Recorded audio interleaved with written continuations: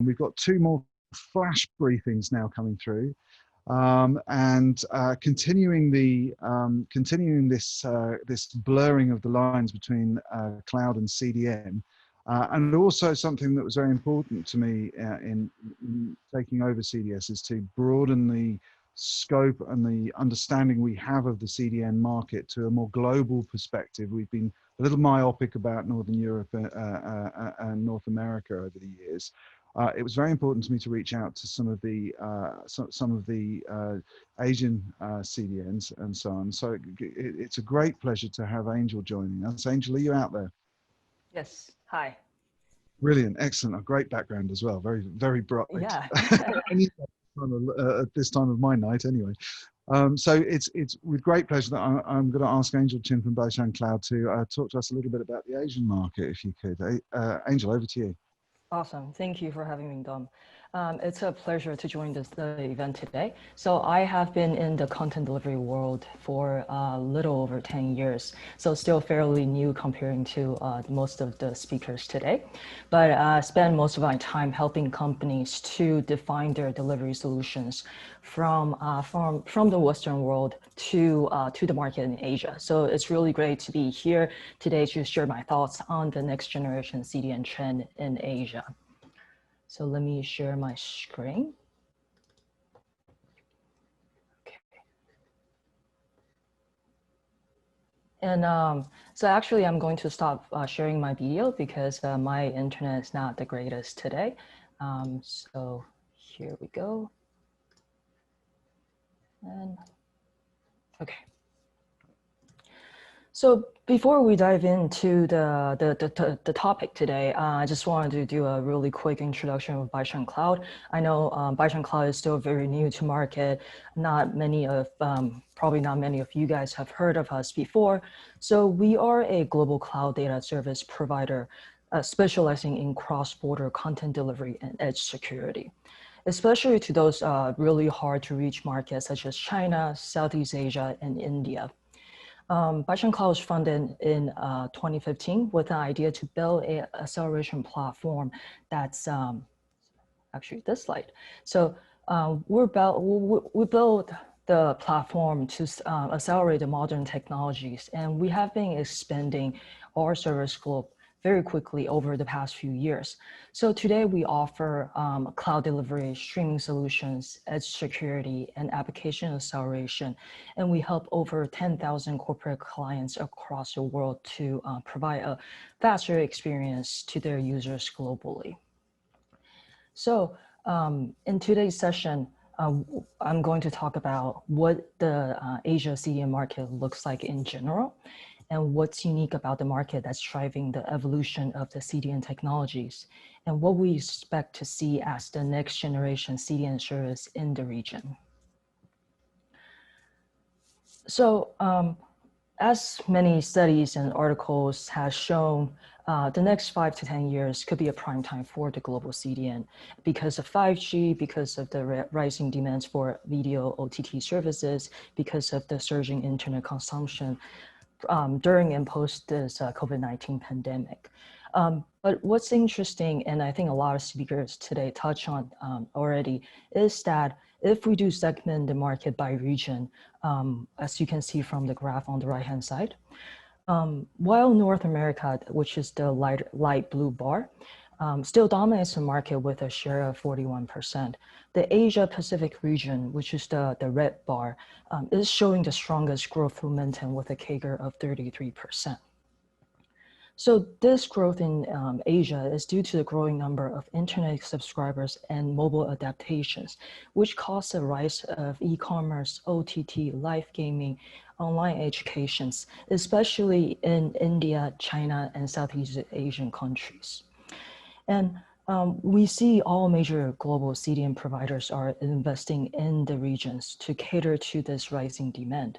So at the same time, we're seeing a lot of local players are adding content delivery solutions into their service offering, including like local telcos, hosting service provider, and all kinds of specialty focused technology platforms. And opportunities brings challenges and drivers to grow. So historically, we saw a 3 to 5 years gap in CDN technology between US-based CDN providers versus Asia-based CDN providers. Whereas many Asia-based CDN providers are still being perceived as a caching proxy, when US-based providers had started talking about like edge platforms almost 10 years ago.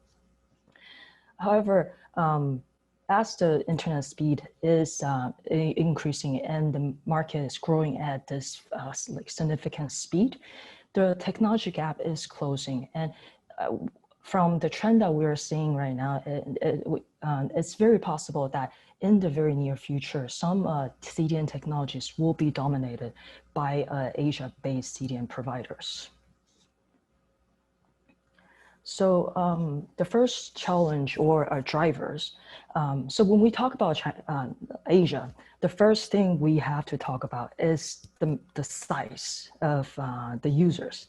So Asia has the world's largest internet user base, with over 850 million users in China alone. That's almost 3 times of the US. And Southeast Asia is home to more than 350 million internet users. And its market size is expected to triple in the next 5 years, making it actually the fastest growing internet economy in the world.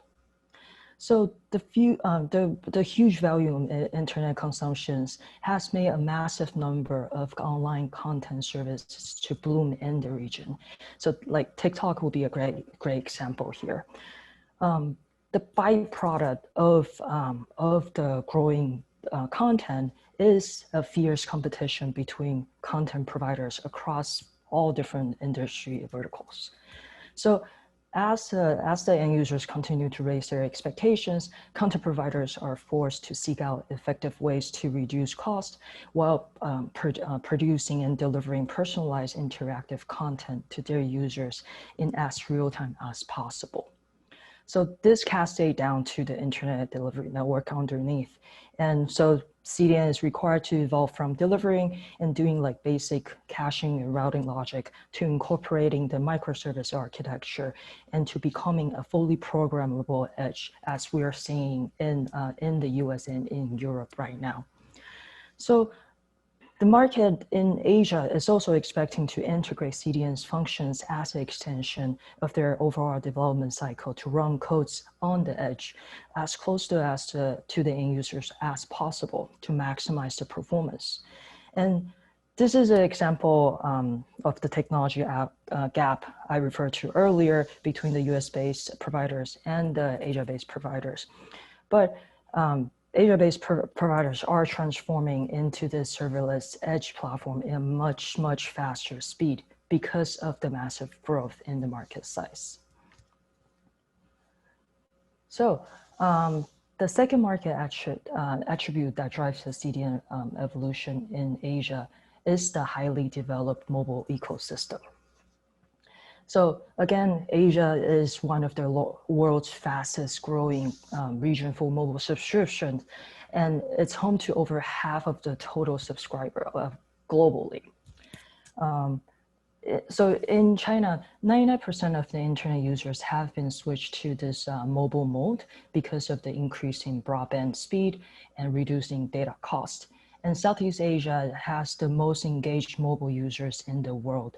And internet users in those regions have formed a very, very strong mobile internet habits. So this mobile focused ecosystem had made like e-commerce, gaming, short videos, social entertainment like thrive really quickly. This is really another example behind the transformation of CDN providers to enable computing power on the edge so that like the mobile focus optimizations such as device detection, network detection are being shifted to the edge in order to serve the most suitable content to users across different mobile devices in the shortest amount of time. So also for CDN providers, when building edge nodes to serve all the mobile users, it is required to have a direct connectivities with the mobile ISPs. So this is actually a really, really unique challenge in China and many countries in Southeast Asia, because unlike in the US or in Europe, not in China and Southeast Asia, ISPs have very, very minimal peering with each other. And most of the time in those regions, most of the ISPs, including mobile ISPs, are government owned. So it means that they have a really strict regulation on working with a foreign entity. So this environment has made deploying edge nodes in those countries becoming a very extremely strategic task for any edge providers. And at the same time, the mobile focus phenomenon in Asia is also a factor of the deployment of the 5G. So we all know that 5G will have an impact on what CDN service will look like in the very near future. Asia Pacific is the home to most advanced 5G markets, with South Korea, Australia, Japan, and China leading the way. In China alone, it is expected to have 460 million 5G users just by 2025. So we will see a lot more content in AR, VR, or omnidirectional communications. And there will be massive consumption of Ultra HD videos in industrial scenarios, such as intelligence security for manufacturing and telemedicine. Cloud gaming and self-driving car will also place a higher requirement for network latency and reliabilities. And this, all these use cases will require the edge to have a more advanced capability in compute, storage, and load balancing to powerfully offload the traffic from the central network. So furthermore, when we reach the stage of MMTC, the massive machine type communication, as a gigantic amount of devices are already connected to the internet in Asia, the edge will have to handle a massive amount of computing and storage to enable this IoT application scenarios. So, and the edge node will have to be placed in higher density as well to achieve a better accuracy and making the network structure different from what we have today. And additionally, the evolution of content is also a big driver for CDN and CDN related technology in Asia.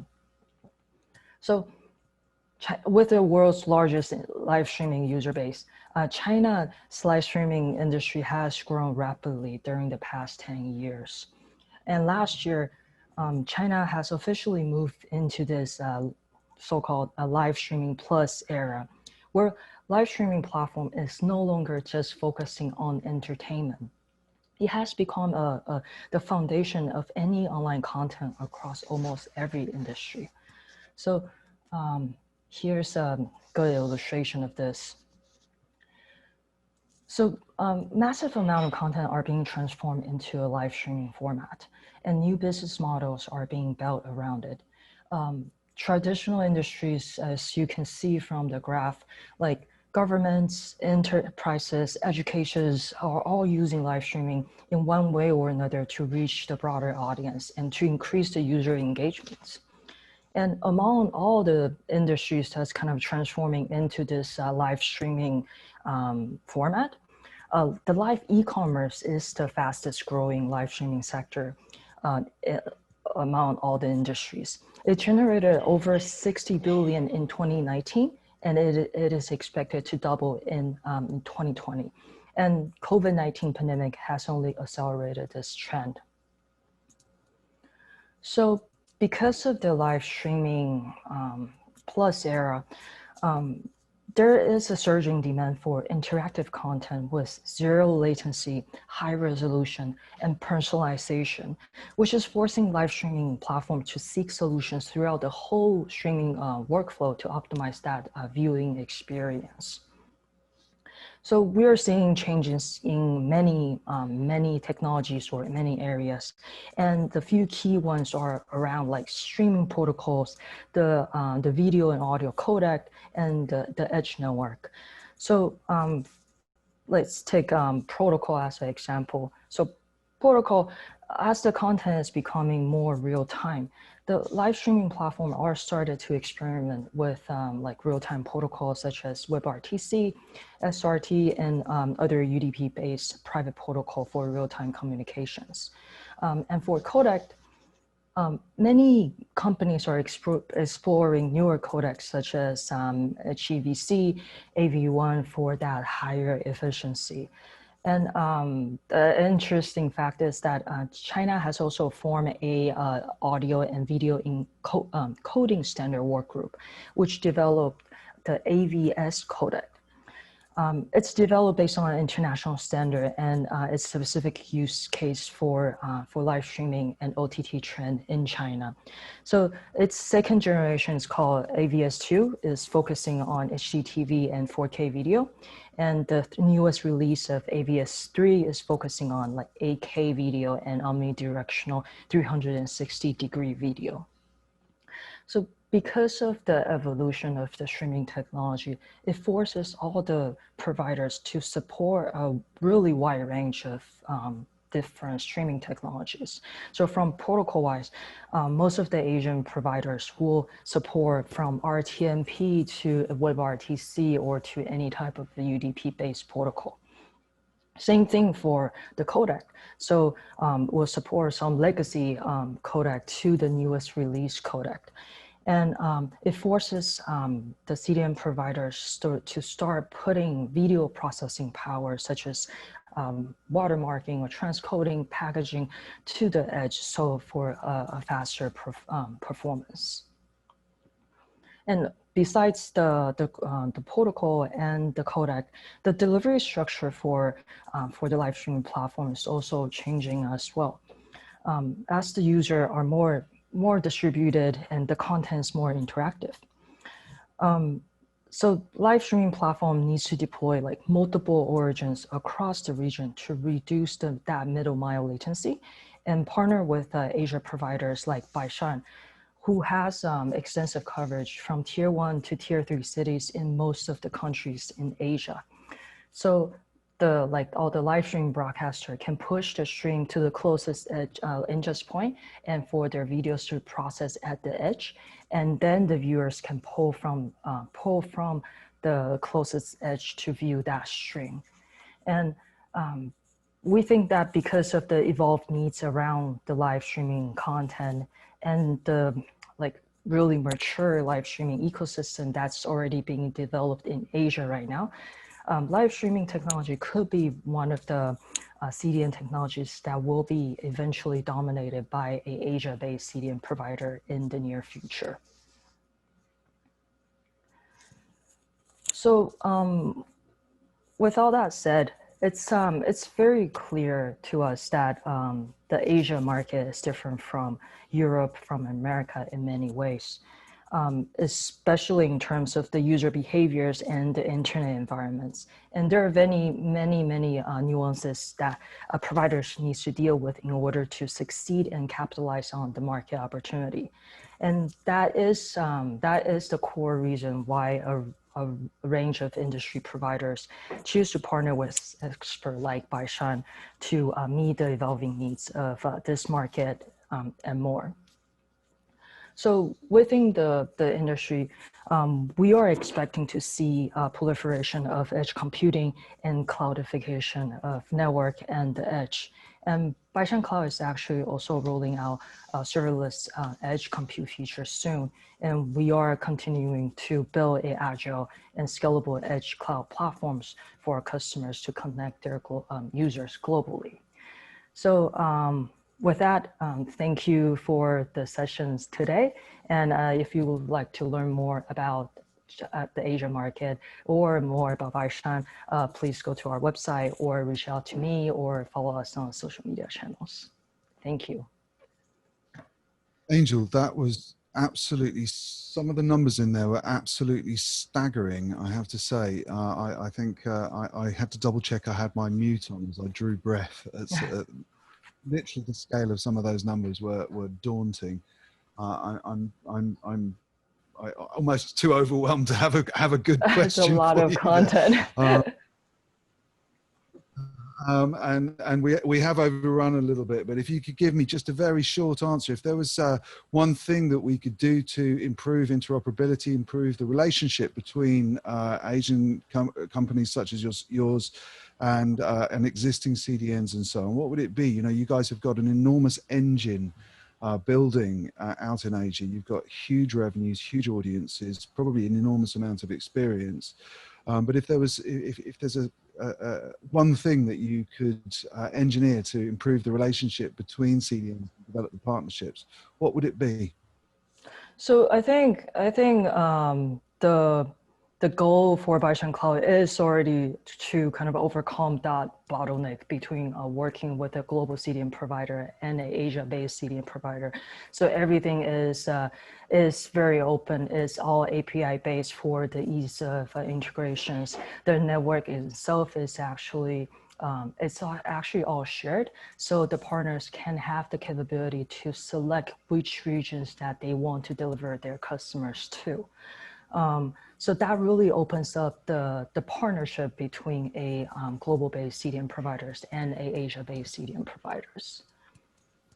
Excellent. Well, I hope to see lots more of you at these events and so on, and to follow the development of ByronCloud. I will be following it closely, and I think I won't be able to miss it, to be honest. So thank you very much for an excellent presentation. Thank you.